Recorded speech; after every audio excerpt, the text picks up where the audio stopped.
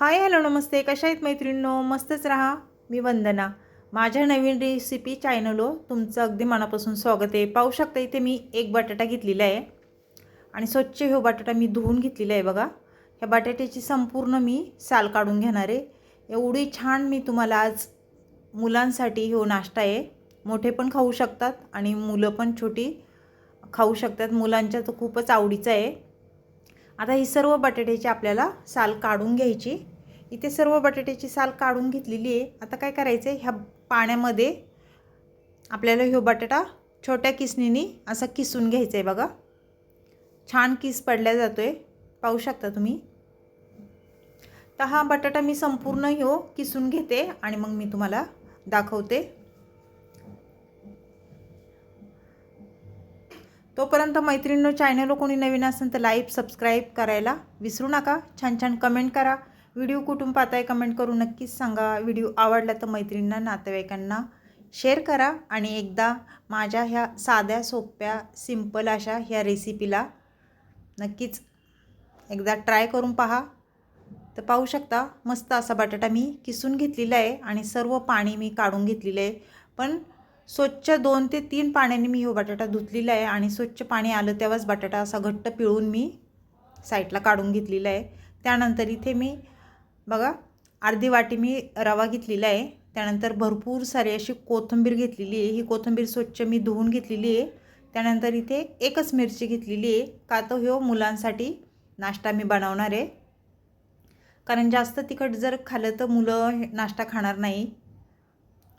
त्याच्यामुळे मी एकच मिरचीचा वापर केला आहे आणि मुलांना जर नसेल खायचं तर आपण इथे 2-3 मिरच्या पण वापरू शकतो. तर असो, आता ही कोथिंबीर आपल्याला अशी एकदम बारीक चिरून घ्यायची बघा. जेवढी बारीक चिरता येईल तेवढी बारीक चिरून घ्यायची. खूप सोपी रेसिपी आहे मैत्रिणींनो आणि झटपट होणारी आहे. संपूर्ण व्हिडिओ पहा म्हणजे तुम्हाला समजेल मी कशा पद्धतीने ही रेसिपी मुलांसाठीच्या नाश्त्याची बनवते. तो कोथिंबीर बघा अशी बारीक मस्त ही चिरून झालेली आहे.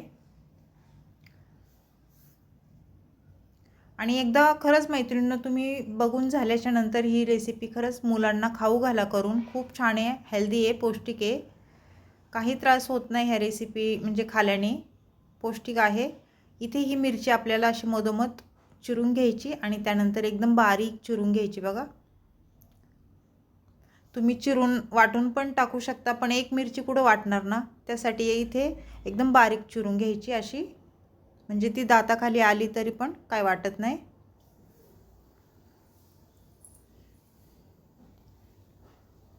तर मिरची छान अशी बारीक चिरून झालेली आहे. आता काय करायचं आहे, गॅस कवळायचे लगेच. इथे गॅस पेटवून घेते मी आणि गॅसवर छोटी कढई ठेवून घेते बघा.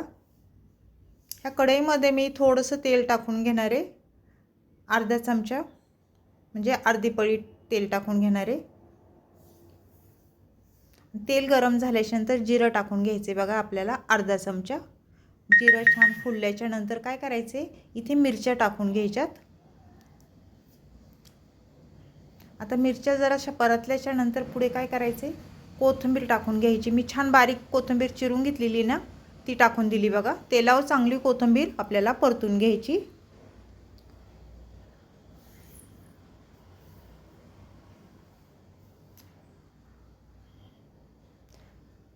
आता बघा कोथिंबीर जरा परतल्याच्या नंतर पुढे काय करायचे, मी जो बटाटा किसून पिळून चांगला घेतला होता तो ह्याच्यामध्ये आपल्याला टाकून द्यायचा आहे.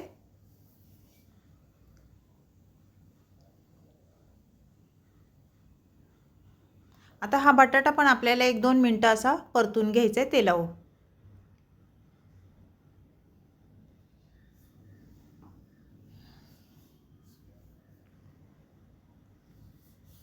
कसं दरवेळेस मुलांना तोच नाश्ता द्यायला पण मुलं पण कंटाळा करतात खायला. काहीतरी असं वेगळं बनवलं की मुलं आवडीने खातात. थोडं मीठ टाकून घेऊया म्हणजे बटाटा लवकर आपला परतल्या पण जातो आणि शिजल्या पण जातो. आता हे सर्व मिक्स करून घेऊया.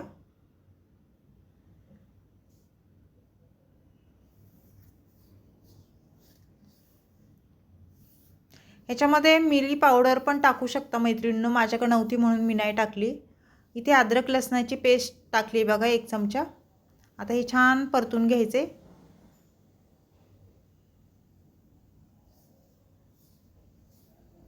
तुम्हाला जर वाटलं दुसऱ्या भाज्या टाकायच्या तर तुम्ही बारीक अशा चिरून पण टाकू शकता. कसं मुलांच्या पोटात जातात, मुलं तशा भाज्या खात नाही, तर मग अशा पद्धतीने जर केलं ना मुलं आवडीने खातात. ह्याच्यामध्ये गाजर पण तुम्ही टाकू शकता, सिमला मिरची टाकू शकता किंवा कोबी बारीक चिरून असा एकदम पातळ तो पण टाकू शकता. आता हे बघा इथे मी अर्धा ग्लास पाणी टाकून घेतलेलं आहे, म्हणजे जवळजवळ 1 ग्लास थोडं कमी. आता ह्या पाण्याला आपल्याला चांगली उकळी काढून घ्यायची बघा, म्हणजे त्याच्यामध्ये बटाटा पण शिजला जातो. पाण्याला उकळी आल्याच्या नंतर पुढे काय करायचे, आपण जो रवा घेतला होता अर्धी वाटी, आता तो रवा आपल्याला ह्याच्यामध्ये थोडा थोडा करून टाकायचा आहे आणि लगेच मिक्स करायचं आहे आपल्याला, म्हणजे गाठी होणार नाही. रवा टाकताच्या वेळेस मीडियम गॅस करायचा आहे. सर्व रवा मी टाकून देते बघा, अर्धी वाटी घेतली होती. आता हे सर्व चांगलं मिक्स करून घ्यायचे बघा अशा पद्धतीने, आणि हा रवा आपल्याला एकदम मीडियम गॅसवर चांगला शिजून घ्यायचा आहे. आपण जसं गोड शिरा बनवतो, उपमा बनवतो, कसं शिजवतो तसंच शिजून घ्यायचं आहे. हो जर आपण कच्चा ठेवायचा नाही आहे.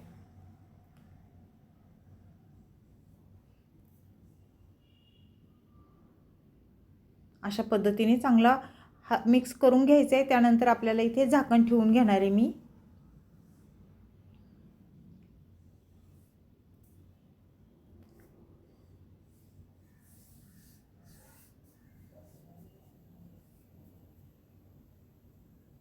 आता झाकण ठेवून घेऊया 1 मिनटं, म्हणजे वाफेवर कसा रवा मस्त शिजला जातो.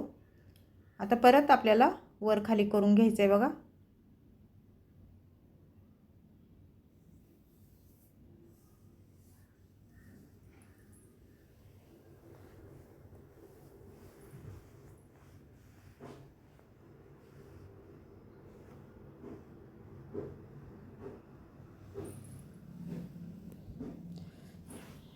आता झाकण ठेवायचे परत एकदा आपल्याला, परत झाकण खोलून रवा सर्व मिक्स करून घ्यायचं आहे.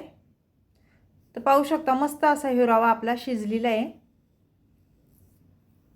तुम्ही रवा ह्यो असा पण खाऊ शकता. आता हे रवा काढून घेतलाय बघा एका ताटात मी, आणि थंड व्हायला ठेवायचं आहे जरा, कारण गरम रवा आहे, आपण हात घालू शकत नाही त्याच्यामध्ये.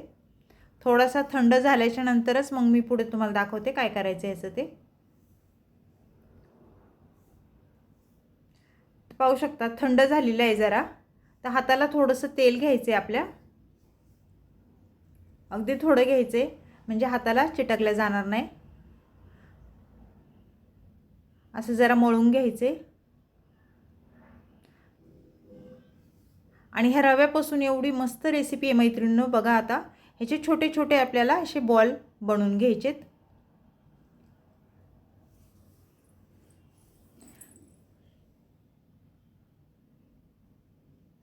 ह्या रव्यापासून तुम्ही मेंदू वडे पण करू शकता, किंवा असं ताटामध्ये थापून वड्या पण पाडू शकता.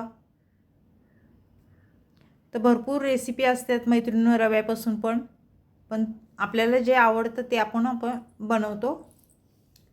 आता हे मस्त असे गोल बॉल बनवून घ्यायचेत आपल्याला.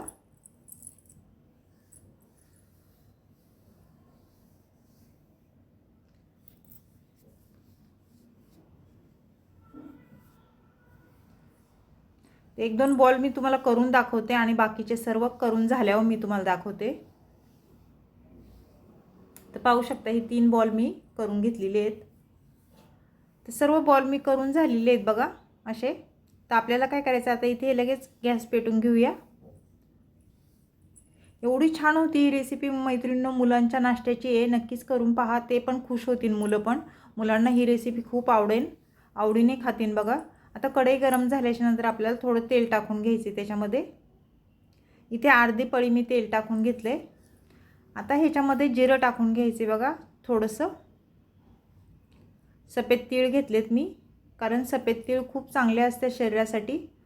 थोडी कोथिंबीर टाकून घेतली, कोथिंबीर नाही सॉरी कढीपत्ता मी बारीक असा तुकडे करून कापून तो टाकून दिलेले आहे, म्हणजे त्या कढीपत्त्याचा स्वाद मस्त उतरला जातो बघा तेलामध्ये, आणि शरीरासाठी तर खूपच चांगला असतो कढीपत्ता. आता हे सर्व छान मिक्स करून घ्यायचे. पाहू शकता थोडीशी मी आता वरून हळद टाकून घेणार आहे, अगदी थोडी टाकायची, थोडीशी भुरभुरायची आणि त्यानंतर मिरची पावडर थोडीशी भुरभुरून घ्यायची बघा। ह्याच्यात तुम्ही पेरी पेरी मसाला पण टाका, त्यानंतर असा थोडासा चाट मसाला, तुम्हाला आवडेल ते मसाले तुम्ही ह्याच्यामध्ये टाकू शकता चटपटीत होण्यासाठी। आता हे सर्व छान मिक्स करून घ्यायचे आणि छान परतून द्यायचे गोल्डन कलर येईस्तोवर, म्हणजे खायला खूप छान लागतात। हे तुम्ही असेच खाले तरी पण खूप चांगले लागतात, किंवा तुम्हाला जर वाटलं सॉस सोबत त्याच्यासोबत पण तुम्ही खाऊ शकता, दह्यासोबत पण खाऊ शकता। प्रत्येकाच्या आवडीवर असतं मैत्रिणींनो,